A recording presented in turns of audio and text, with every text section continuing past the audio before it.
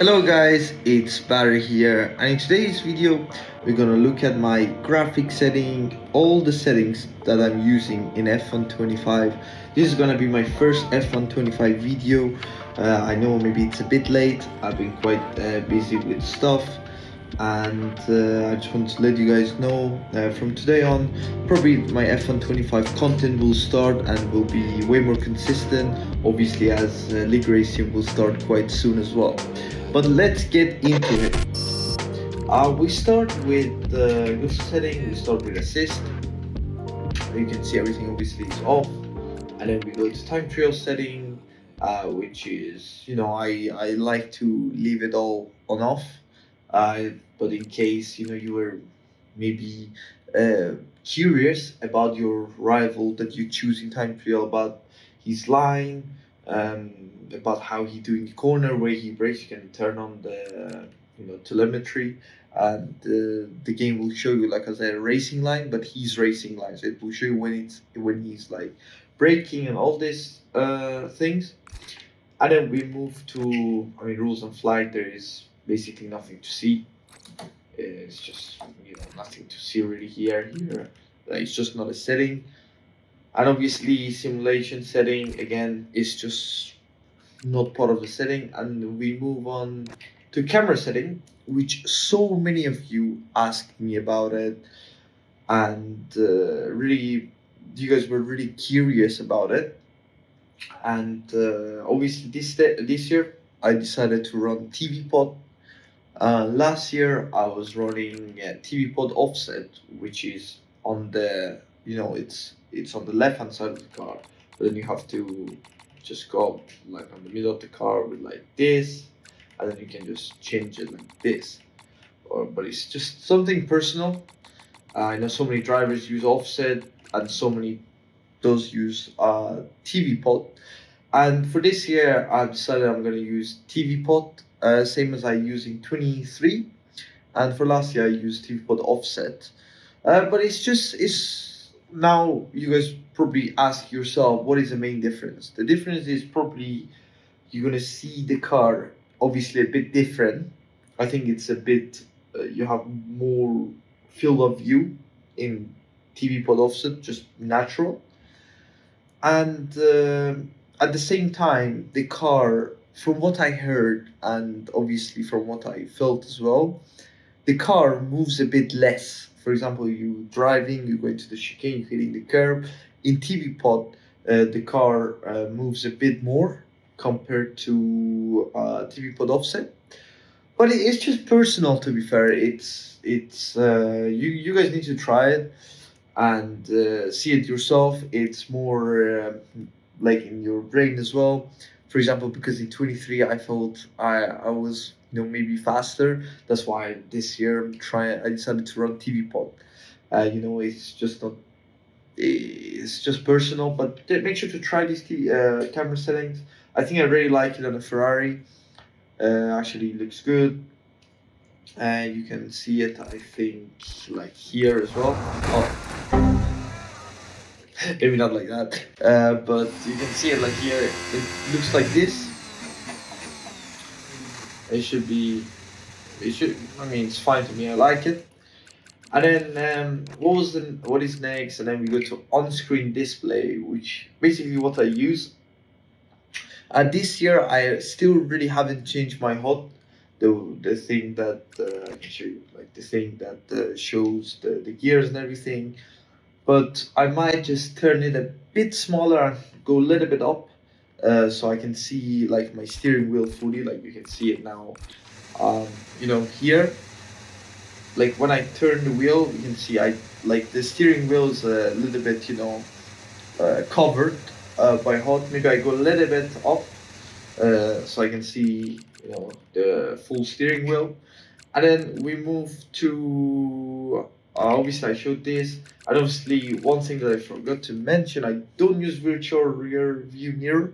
I saw so many drivers use it, and but for me, I don't know. I just feel it's really unnatural to have like a mirror on top of your screen that you see like the behind. I didn't really like it personally, But again, you guys can try it maybe in a league race as a test. In the race, it should be quite good. Obviously, you know what is happening behind you, but again, not for me. And then we move on to controller vibration force feedback. So this is what I use. This is basically the buttons. Nothing really here. Nothing to really mention to say. You guys can see this is all personal. I use DRs on my like left thumb like this, and bit limiter. Obviously, you can use one same button for both because you just don't do the same thing. Like you don't do both of them at the same time. My radio voice is this one. I'm quite sure. MFD is this one. And one thing that I would think about it is this one, but one thing that I really liked, and I think you guys should try it, is this one. So it's MFD shortcuts, which is something that I will probably use even more in the future when you know I deeply go down to esport. Because for example, we have car temperature panel, so I can show you. It's this one for me, and I can show you what it is. You see, I am literally in the MFD, and when I press it, it goes straight to temperature. For league racing and when you're like racing, it's really good because you don't need to scroll. You can just press that button and it straight away goes to temperature panel, which temperature is quite important for me because then it's quite important the tires this year. So make sure to use the MFD shortcuts. I think it's quite a good feature. I might even use this for brake bias. So the moment I just press it, the thing just goes like on brake bias, so I can just change it. And basically, I change like fuel and everything with this one, just this small joystick. I can't really show it.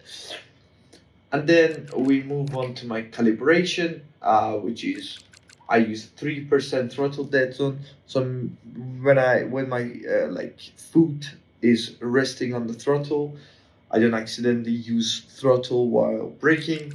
Same as it goes to brake dead zone, which is exactly the same reason when my left foot is resting on the pedal. I don't want to have like 1% brake when I'm on the straight, and it will cost me a big time, big time. I had that problem in 23 when in few leaguers I couldn't believe why I'm so slow on the straight, and I was just so slow on the races and just on the straight because obviously in the quali you make sure that you always like push your foot fully on the back side so you don't really go on the brake. But on the races, sometimes you just forget and your foot just resting on the pedal, and it will cost you a lot of lap time. That's why I use 4%, and I have 15% brake saturation with 40 brake force. It's something that I know so many people not use it. Maybe so many people I know use brake linearity. I personally don't like it, and brake saturation gives me that little bit, more, saturation, like a more like aggressive braking on the middle of the braking. That's what I felt. That's why I'm using 15% brake saturation. I don't know if it's good. Maybe you can try like I can even try that myself. Go on 0 and then just go one lower on BRF. And then we move on to vibration and force feedback. I use 69 and obviously everything 0 because you don't want to feel you don't want to really feel that much of a curve. So it distracted you. Of use 300 maximum wheel rotation, and then we move on to I think that this one generic setting. I know some people use hold on this one. For me, I use toggle. The moment I just press it, it goes, and the moment I just press it again, it goes off. I don't like to use hold, but you can try it. It's not bad. And I go to graphic setting. Let's head into graphic setting. This one I usually run high and high with particles off because obviously you want to make sure you have particles off, because last year there was a problem with particles, that for example when you were in the league race and people obviously locking the tires when they're braking in so many in so many situations, and that the tire mark, the brake mark was still staying on the track when you have particles on, and like after like 20 laps the whole like corner was just the black brake marks around the corner, and it will like you can barely, it wouldn't really cost you any lap time, but it will annoy you a little bit to see like a whole brake mark like literally everywhere in the corner.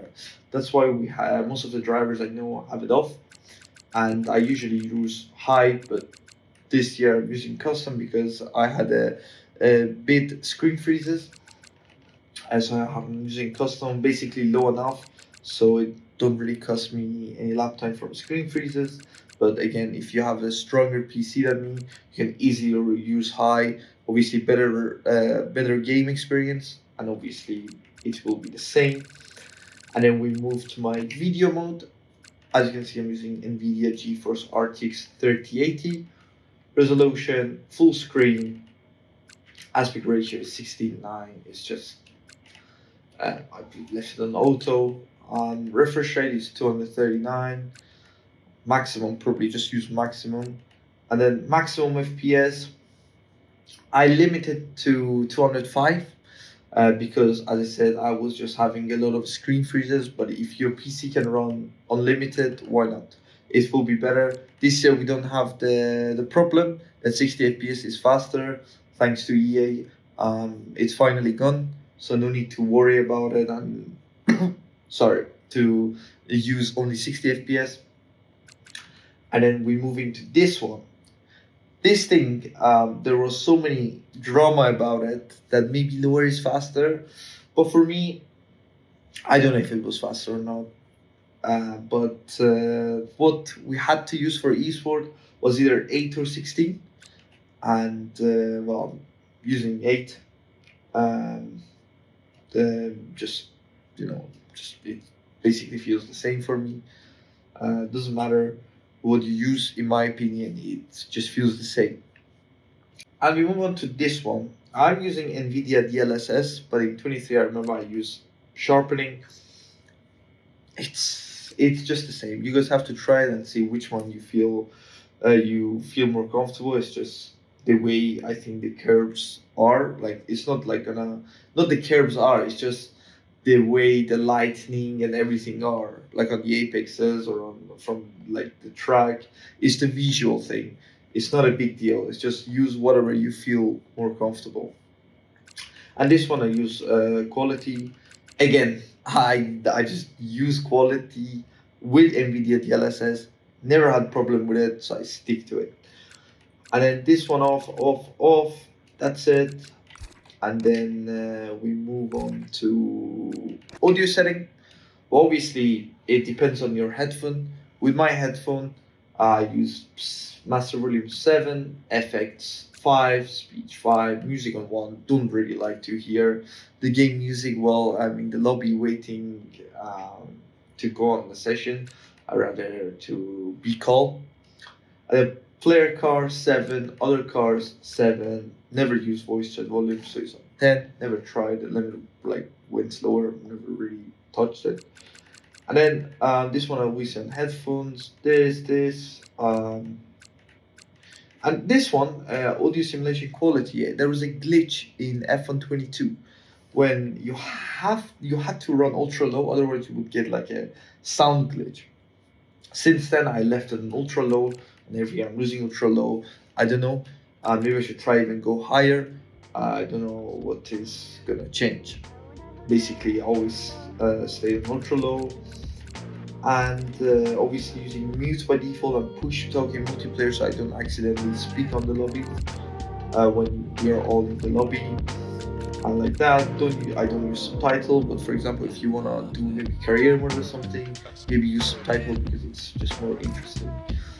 And I believe that's it, guys. I don't think there is much more to show. and I really hope you guys enjoyed this video. Obviously, this is my first video with F1-25. This year I'm gonna try to be as like way more consistent. Obviously, league racing, as I said, it's gonna start soon, and every week we're gonna have a race. I'm gonna upload the highlights, so make sure to like, subscribe, and let me know what you're gonna see next, and I will see you guys in the next one. Ciao, ciao.